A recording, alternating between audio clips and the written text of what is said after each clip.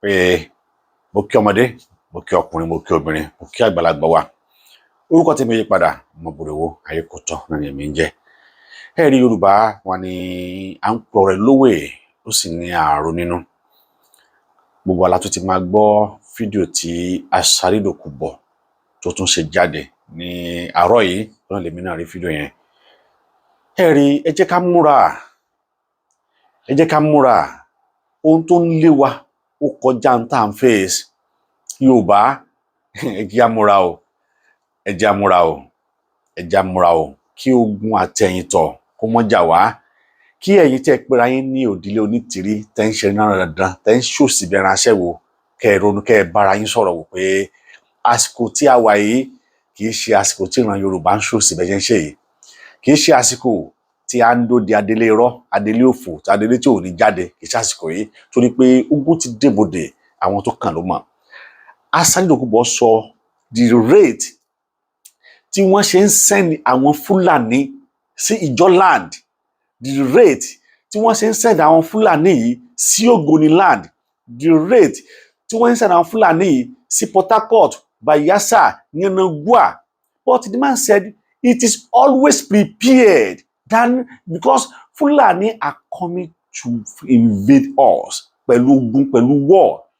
Ṣé àwọn Fulani tí wọ́n sì lè ń ṣe oògùn sí ara màálù, tí ìbọn òran màálù, tí wọ́n dẹ̀ kó wọn lọ sílẹ̀ Igbo. We all saw the video. Wọ́n yìnbọn mọ́ màálù, ìbọn òran.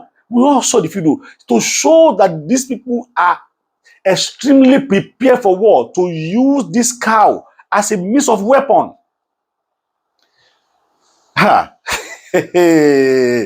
Ogun ti débodè, a máa ń kéré, a máa ń pariwo tantan, a máa ń pariwo tantan, a máa ń pariwo. Ẹ jẹ́ jájọ ronú wò, ẹ jájọ ronú wò, torí tó bá délẹ̀ tán apá wa ò ní ka. Kí ni tá a ní, kí ni preparation wa?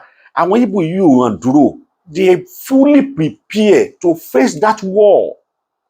And then to count it up, Asari Dokubo is even supporting them now. He's behind them, because láti bóyá bí oṣù bí mẹ́rin sí, this man has been revealing some secret to the people. They were very serious. But àwọn gómìnà lu wọn ni wọn kọbi ara sí. But those guys are well prepared to face any challenges that comes to their way. But we Yoruba, we only have mouth to talk. We only talk. Like begging Ghana, we only believe to talk on social media. And it is not like that, because that's the way we are created. But despite náà, àwọn tí wọ́n sì múra, tí wọ́n sì dúró tán wípé àníṣe tó bá dójú ẹ̀ tán, alágbára àti ìjà àjọjà, wọ́n sì wà tí wọ́n sì dúró. Àmọ́ wọ́n dúró tí olóyè Sunday Igboho, that is little percent. But nílọ̀dọ̀ wọn lọ́hùn, àwọn fọ́ọ̀mù tá a mọ̀ sí coalition of trust, wọ́n fọ́ọ̀mù ẹ̀ together with what they have to fight their enemy. Lóòótọ́ wọ́n lè níjà lára wọn, but they are still working to make sure that things are fall in the way they want it. But ilẹ̀ Yorùbá, olóyè Sunday Igboho ń ṣáájú, Ghana dàmú ń takò, ó ń pè ní social media entertainer, níbo la fẹ́ bá yẹn jà?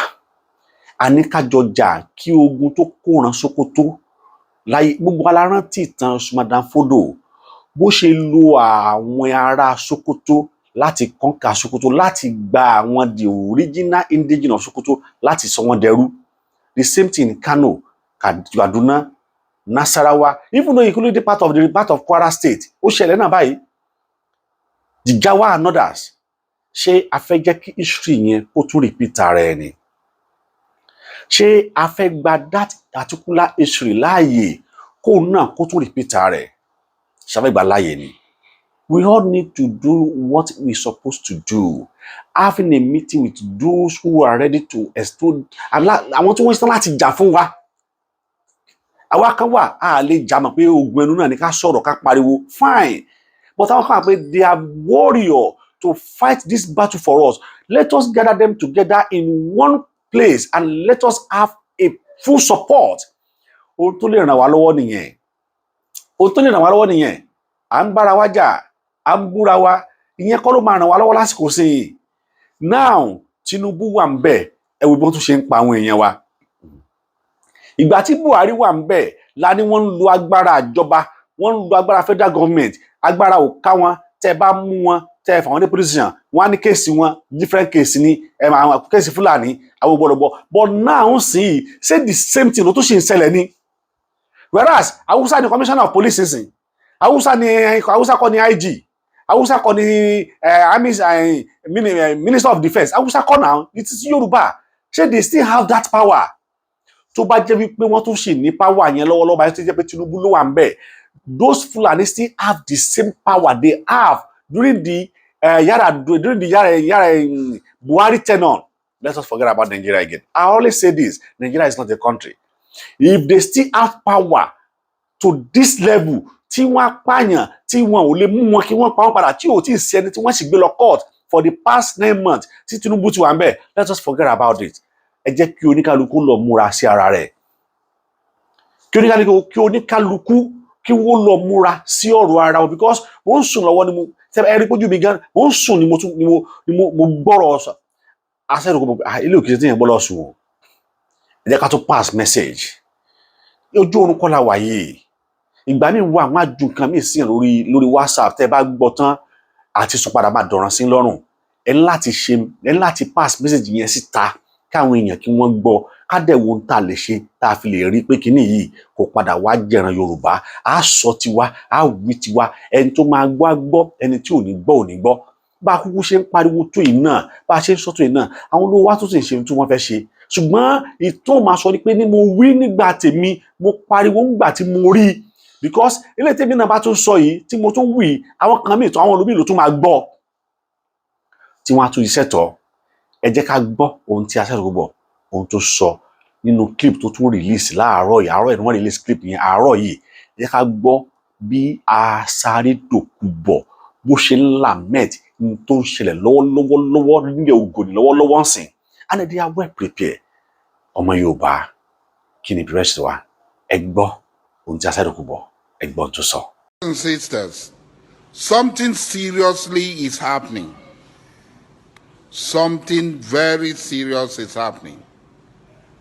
And our so-called political elites and leaders do not care.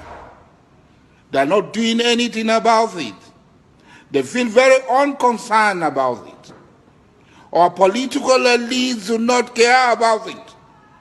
Our people are left rudderless, tossed here and there by the tempests and the winds of the sea. Nobody cares. Every day we hear stories of thousands and thousands of Futajelong Kambari Fulani being transported by every means of transportation down into our land, down into the Jaw Nation, down into Igbo land, down into Shekiri land, down into Ogoni land, down into Yoruba land, down into Edo, every day.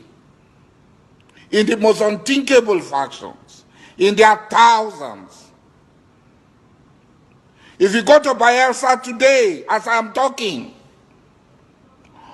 all the fishing settlements and the farming villages are occupied and controlled by these fellows. We are job people, we are strong. We came here, nothing is going to happen. A man is only strong when he's with his people, when he has enough number to overcome his enemy. We should not underestimate these people. They have our money with us. They have been receiving tons and tons of our money. They have brought Abacha stole and sharing it amongst themselves. A minister in a federation came to say that sharing the money in the north because there are no poor people in the south. And where are our governors? Where are our local ministers? Where are our women rights ministers? Where are our women rights lawyers? All of them they close their mouth. But this is more sinister. This is more sinister. They are coming here. They are changing the demography. What are they coming for? You remember Osman Danfodio? How they came to Sokoto, to Gobiri, to Kano, to Katsina, to be there. And what happened? They replaced the Abe rulers. They replaced the original people and took over the realms of power. They are coming. History is going to repeat itself if we don't act now. They are coming.